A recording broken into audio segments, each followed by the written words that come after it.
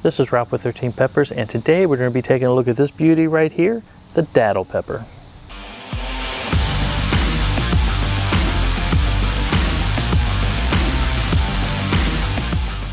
Now this pepper actually has a very interesting history to it. This actually started with the Treaty of Paris all the way back in 1763. There a bunch of people actually came from Minorca and traveled to St. Augustine, Florida, where they were actually able to purchase land, farm and work there into the New World. And from there they actually cultivated the Datil pepper. St. Augustine now is still widely held to be the biggest area of production for the Datil pepper. Now these seeds have spread all throughout the United States and around other parts of the world and grown by a lot of backyard farmers like me, but back then this pepper actually was the first commercially available pepper in the New World at the time, so very, very nice as a history.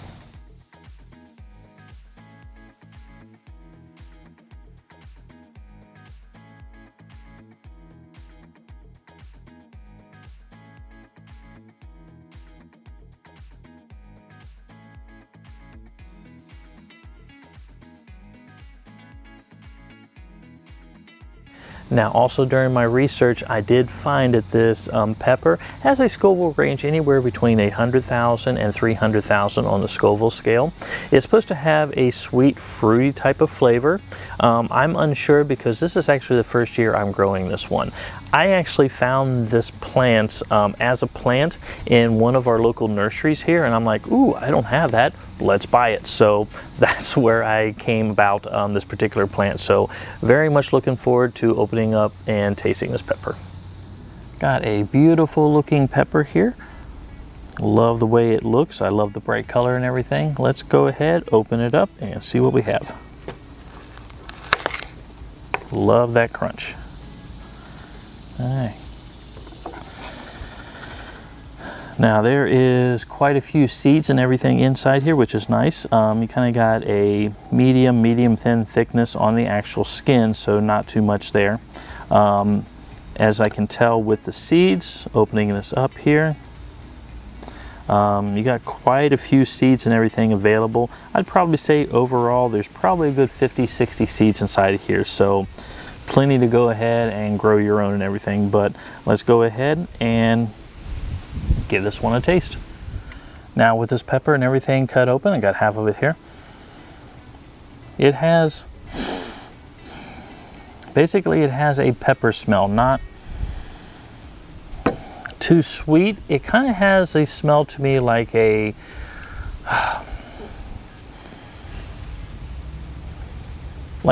green bell pepper. That's really the smell it's kind of giving off.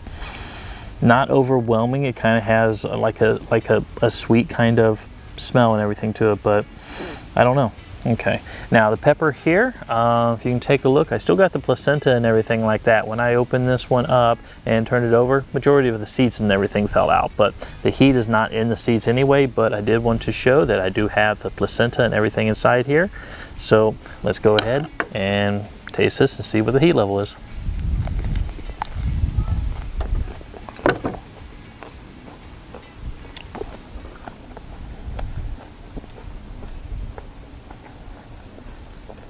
It has like a citrus type of flavor to it.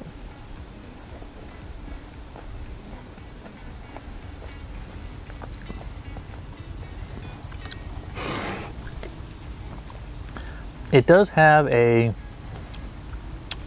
burn as soon as you bite into it. So the heat and everything sets in automatically. It's sitting on top of the tongue. Kind of spreading around the mouth, but the majority of it is just sitting right there on top of the tongue, towards the front.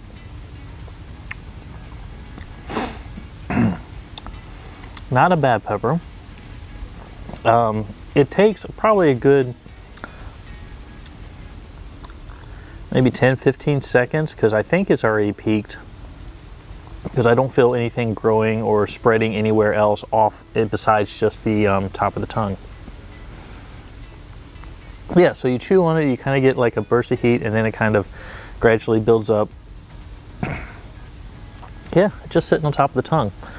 I'm swallowing and not feeling anything towards the back of the mouth. Yeah, not a bad burn or anything like that.